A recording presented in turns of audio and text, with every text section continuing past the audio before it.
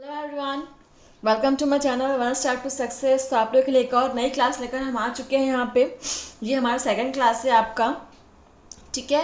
TGT, PGT, KVS, NVSD, triple SB, CTET, AMRS, आप किसी भी एग्जाम की तैयारी कर रहे हो और आपका सब्जेक्ट अगर बायोलॉजी है तो आप यहाँ पे प्रैक्टिस कीजिए फ्रेंड्स, इससे आपको बहुत फ़ायदा होगा, ठीक है।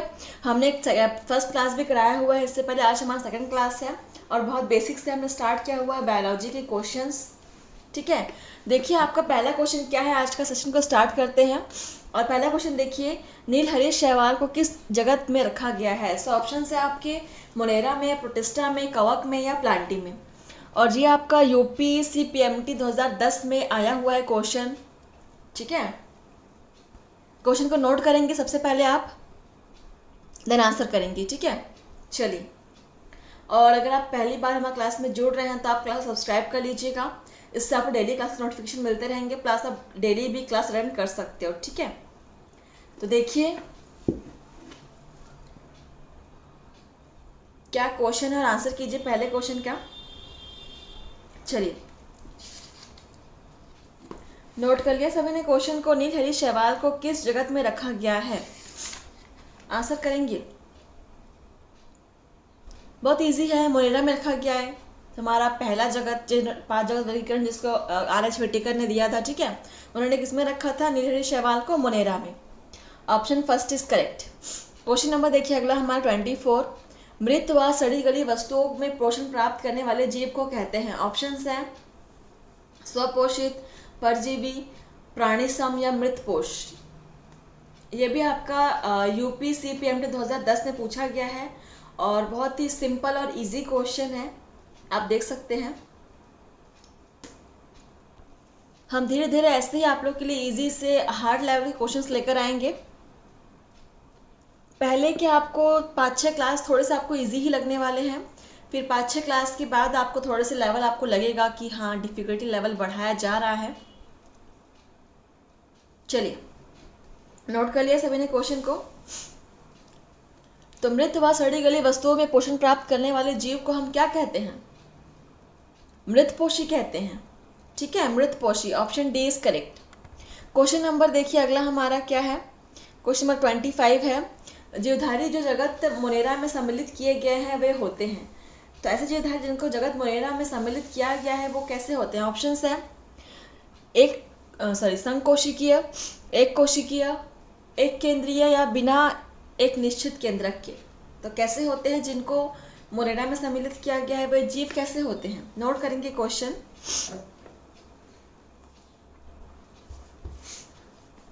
तो जिनको मोनेरा में सम्मिलित किया गया है उनका निश्चित कोई केंद्रक नहीं होता है, ठीक है। सो ऑप्शन आपका डी सही हो जाएगा, यहाँ पे option D is correct, note कर लेंगे। क्वेश्चन नंबर देखिए 26 आपका, वैज्ञानिक जिसने एक कोशिकीय पादप व प्राणियों दोनों के लिए प्रोटिस्टा समूह बनाया है।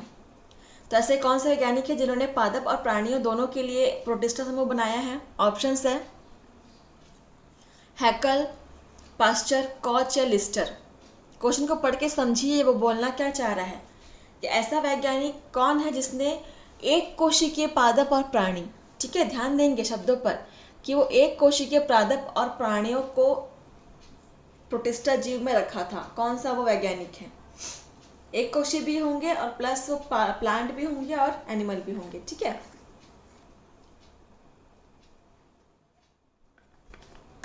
तो कौन सा वैज्ञानिक थे जिन्होंने ऐसा किया था, हैकल ने, ठीक है। हैकल ने ही एक कोशिकीय प्लांट और एनिमल्स को एक जगत प्रोटिस्टा में रखा था, ठीक है। Option first is correct, Haeckel. Question number 27 देखिए, यूकैरियोट व प्रोकैरियोट में मुख्यतः विभेद किस पर आधारित है, ठीक है। तो किस पर आधारित है विभेद। ऑप्शन है केवल केंद्रक पर, केवल कोशिकांग पर, केवल गुणसूत्र पर या इन सभी पर। यूकैरियोट व प्रोकैरियोट में मुख्यतः भेद आप किस प्रकार कर पाएंगे। ऑप्शन दिया हुआ है, आंसर कीजिएगा, क्वेश्चन को नोट करिएगा आप लोग, ठीक है। आप लोग क्लास को शेयर करना मत भूलिएगा फ्रेंड्स, आप यहाँ पे पढ़ सकते हैं, प्लस अगर आपके जान पहचान में कोई है जो यहाँ पे बायोलॉजी की स्टडी करना चाहता है, पढ़ना चाहता है, वो भी यहाँ पे KVS, NVS, TGT, PGT और DSSB जो अभी एग्ज़ाम्स होने वाले हैं सामने, EMRS जिसके एग्ज़ाम्स अभी हुए हैं, उनका अभी सेकंड फेज़ भी होने वाला है, उनकी भी आप तैयारी करना चाहते हो, CTET की तैयारी करना चाहते हो तो आप यहाँ पे पढ़ सकते हो फ्रेंड्स। ठीक है, पूरे इंडिया में आप किसी भी एग्ज़ाम की तैयारी कर रहे हो, अगर आप असिस्टेंट प्रोफेसर तक की आप तैयारी करना चाहते हो भी आप यहाँ पे पढ़ सकते हो। ठीक है, पूरा बायोलॉजी का सेशन आपको यहाँ पे कवर कराया जाएगा। अभी हमने स्टार्ट किया हुआ सेशन इजी से, तो धीरे धीरे आपको हर एक टॉपिक पर पूरे आपको पूरा एक सीरीज़ प्रोवाइड कराया जाएगा। ठीक है, और इस सीरीज़ आपका कितना लंबा खिंचने वाला है वो भी हम नहीं बता सकते। हो सकता है कि आपके 50+ आपके सीरीज़ मतलब क्लासेस आपको मिल जाए इसमें। ठीक है, देखिए इसका आंसर क्या हो जाएगा। यूकैरियोट और प्रोकैरियोट में मुख्यतः भेद आप कैसे कर पाएंगे? केंद्रक को देखकर भी कर सकते हैं, कोशिकांग को देखकर भी कर सकते हैं और गुणसूत्र के आधार पर भी कर सकते हैं। ठीक है, तो इन सभी के आधार पर हम इसमें डिफरेंस भेद कर सकते हैं, क्योंकि देखिए यूकैरियोटिक में केंद्रक तो पूर्ण विकसित होता है, परंतु प्रोकैरियोटिक का केंद्रक एक निश्चित आकार का होता ही नहीं है। ठीक है, कई में तो केंद्रक होता ही नहीं है। और कोशिकांग देखिए, बहुत सारे कोशिकांग जो होते हैं प्रोकैरियोटिक में एब्सेंट होते हैं, जबकि यूकैरियोटिक में सारे कोशिकांग प्रेजेंट होते हैं। और गुणसूत्र, बिल्कुल यूकैरियोटिक में गुणसूत्र एक मैनर में होता है, उनको हम अरेंज करके रखा हुआ होता है, लेकिन जो प्रोकैरियोटिक है उसमें गुणसूत्र ऐसे बिखरे हुए जाल के जैसे होते हैं, है ना। तो इन सभी के आधार पर हम विभेद कर सकते हैं प्रोकैरियोट और यूकैरियोट में। चलिए अगला क्वेश्चन देखिए, क्वेश्चन नंबर 28 है आपका। केंद्र के आधार पर विषाणु को रखा जाना चाहिए, केंद्र के आधार पर कहाँ रखा जाना चाहिए विषाणु को? ऑप्शन है प्रोकैरियोट्स में, यूकैरियोट्स में, ए व बी दोनों में, या इनमें से कोई नहीं। देखिए एक चीज़ मैं आपको क्लियर कर दूं कि विषाणु को किसी भी जगत में शामिल नहीं किया गया है। ठीक है, क्योंकि इसमें ऐसे कोई गुण नहीं मिले हैं जो सिर्फ प्राणी के हो या सिर्फ जंतु के हो या फिर सिर्फ प्लांट के हो। ठीक है, इसको सजीव और निर्जीव के बीच की कड़ी कहते हैं, तो इसलिए इसको किसी भी जगत में शामिल नहीं किया गया है। लेकिन यहाँ पे एक लॉजिकल क्वेश्चन पूछा गया है कि अगर आपको ऐसा कहा जाए कि आप केंद्र के आधार पर विषाणु को किस ग्रुप में रख सकते हो, तो आप कहाँ रखना चाहोगे? हालांकि इसे किसी ग्रुप में शामिल नहीं किया गया है, लेकिन आप किस ग्रुप में इसे रखना चाहोगे अगर आपको ऐसा एक ऑप्शन मिले केंद्र के आधार पर? तो देखिए बताइएगा आंसर। अच्छा क्वेश्चन है, लॉजिकल क्वेश्चन है, तो बिल्कुल अगर मुझे बोला जाएगा कि विषाणु को केंद्र के आधार पर मैं किस ग्रुप में रखना चाहूँगी, तो मैं इसे प्रोकैरियोट में ही रखूँगी। ठीक है, चलिए ऑप्शन फर्स्ट इज करेक्ट। चलिए अगला क्वेश्चन देखते हैं, क्वेश्चन नंबर 29। अपंग फफूंदी या मिक्सोमाइसिटीज का थैलेमस पिंड क्या कहलाता है? मिक्सोमाइसिटीज है वो। ठीक है, तो थैलेमस पिंड क्या कहलाता है? ऑप्शन है प्रोटोनिमा, प्लाज्मोडियम, फलन पिंड या माइसिलियम।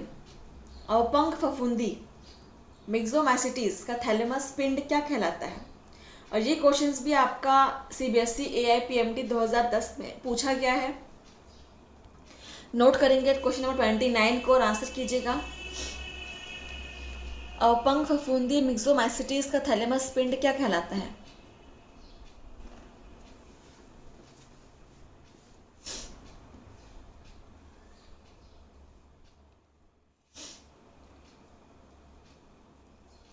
देखिए इसका आंसर आपका ऑप्शन नंबर क्या हो जाएगा? प्लाज्मोडियम हो जाएगा। ठीक है, मिक्सोमाइसिटीज का थैलेमस पिंड को प्लाज्मोडियम कहते हैं, तो ऑप्शन बी इज करेक्ट, इसको नोट कर लेंगे। ठीक है, क्वेश्चन नंबर 30 देखिए, यहाँ पे क्या है? पादप संपोषण निम्न में पाया जाता है, तो पादप संपोषण किसमें पाया जाता है? ऑप्शन है एंट अमीबा में, अमीबा में, जियार्डिया में या यूग्लिना में। ये भी आपका CBSE AIPMT 2002 में पूछा गया है। नोट करेंगे क्वेश्चन को।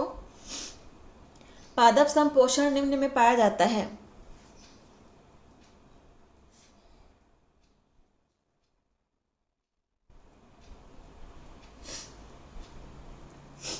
यूग्लिना में।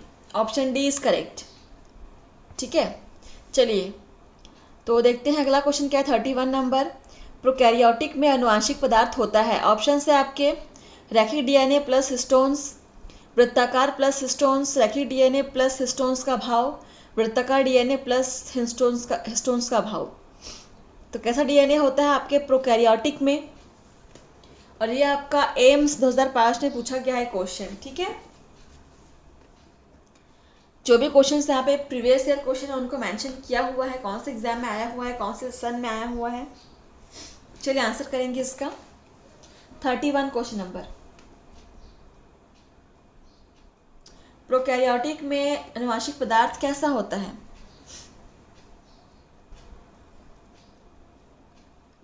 पहली बात तो इनमें हिस्टोन का अभाव होता है। ठीक है, कि इनमें हिस्टोन्स प्रेजेंट नहीं होते। अगर इसमें हिस्टोन प्रेजेंट होते तो वो ये हिस्टोन इनको अरेंज करके रखता, अपने चारों तरफ बांध के रखता। चूँकि इनमें हिस्टोन्स नहीं होते हैं इसीलिए ये बिखरे हुए होते हैं। ठीक है, तो हिस्टोन का भाव होगा, और कैसा होगा, रैखिक होगा या वृत्ताकार होगा, वृत्ताकार होगा। ठीक है, वृत्ताकार डीएनए प्लस हिस्टोन का अभाव। Option D is correct, note कर लेंगे। क्वेश्चन नंबर 32, वह प्रोटिस्टा जिसमें प्रत्येक विभाजन से कोशिका अपमाप कम होता जाता है। सो ऑप्शंस हैं डायटम्स, डायनोफ्लैजिलेट्स, अपंकवक, रेडियोलेरिन्स। क्वेश्चन को पढ़ के समझिए।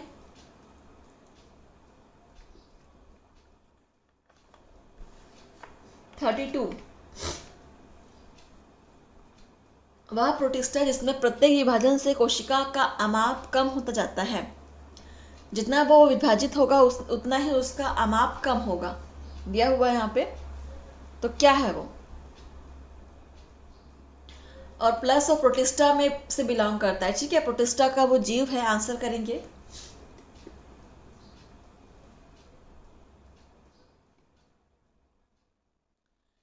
तो ये आपका हो जाएगा डायटम। ठीक है, डायटम ही है जो प्रत्येक विभाजन में अपना अमाप खोता है। ठीक है, option first is correct, diatoms. चलिए अगला क्वेश्चन देखिए। 33, डायटम्स किससे संबंधित है। सो ऑप्शन है आपके डायनोफ्लैजिलेट्स से, क्राइसोफाइट्स से, पायरोफाइट्स से या यूग्लिनॉइड्स से। डायटम्स किससे संबंधित है, डायटम्स। नोट करेंगे क्वेश्चन को, और क्लास को आप लाइक शेयर करना मत भूलिएगा फ्रेंड्स।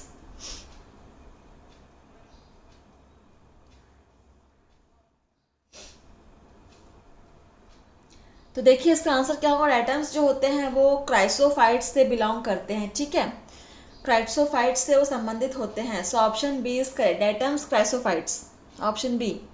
नोट कर लेंगे। चलिए अगला क्वेश्चन देखिए।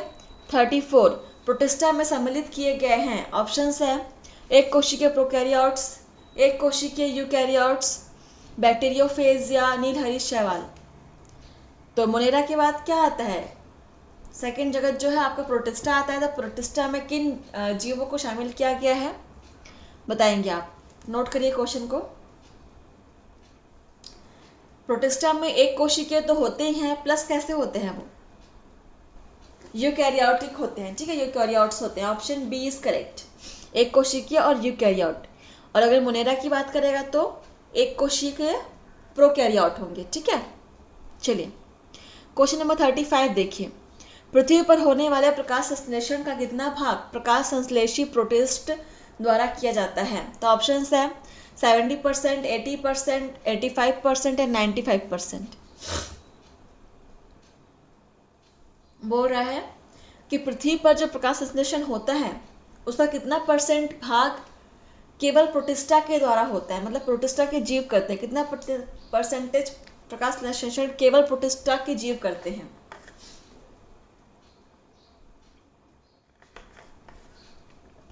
चलिए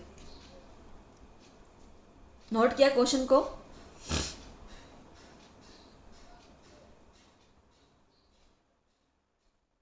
देखिए अगर मान लीजिए अगर एक दिन में अगर प्रकाश संश्लेषण जितना हो रहा है, मतलब मान लीजिए एक दिन में आपका 100% प्रकाश संश्लेषण हो रहा है जिसमें सभी कर रहे हैं, प्लांट भी कर रहे हैं, प्रोटिस्टा भी कर रहे हैं। ठीक है, तो उनमें से आपका केवल 80% ही आपका प्रोटिस्टा के जीव करते हैं, बाकी 100% में कितना 20% बचा, 20% आपके प्लांट्स करते हैं। ठीक है, सिर्फ 20% ही प्रकाश संश्लेषण प्लांट्स करते हैं, बाकी 85% जो है वो प्रोटिस्टा के जीव करते हैं। ठीक है, ऑप्शन बी इज करेक्ट, 80%। और ये क्वेश्चन भी आपका CBSE AIPMT 2012 में पूछा गया था। चलिए क्वेश्चन नंबर 36 देख लेते हैं। प्रोटिस्ट में पाई जाने वाली जीवन शैली होती है, तो ऑप्शंस है कवक जैसी, पादपों जैसी, प्राणियों जैसी, या इनमें से कोई नहीं। तो प्रोटिस्टा में कैसी जीवन शैली होती है, नोट करेंगे क्वेश्चन को।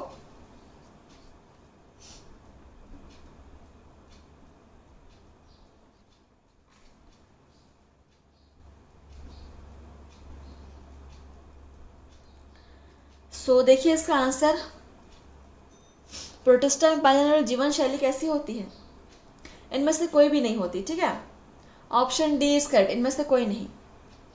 क्वेश्चन नंबर आपका देखिए अगला 37 नंबर क्वेश्चन है, प्रोटिस्टेंस किसके मध्य की योजक कड़ी है। तो प्रोटिस्टेंस जो है वो यानी प्रोटिस्टा के जीव किसके मध्य की योजक कड़ी होती है। सो ऑप्शंस है पादप एवं प्राणी, कवक एवं पादप, मोनेरा एवं बहुकोशिकीय जीव जगत, या कवक एवं प्राणी।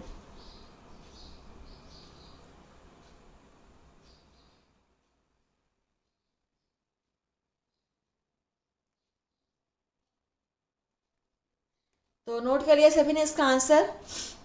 इसका आंसर देखेंगे क्या होगा, जो प्रोटिस्टा है वो किसके मध्य की योजक कड़ी है, मोनेरा एवं बहुकोशिकीय जीव जगत की। ठीक है, तो आपका option C is correct. Question number 38 देखेंगे, सर्वप्रथम यूकैरियोट्स जो बने थे वे हैं, ऑप्शंस हैं ब्रायोफाइट्स, हरे शैवाल, निर्हरी शैवाल, या प्रोटिस्टेंस। सर्वप्रथम यूकैरियोटिक कौन बने थे, बहुत ही इजी आंसर है इसका, प्रोटिस्टेंस ही बने थे ना, ऑप्शन डी इज करेक्ट। बाकी ब्रायोफाइट तो आपका प्लांटी में आ जाएगा, ये आपका चौथा जगत है।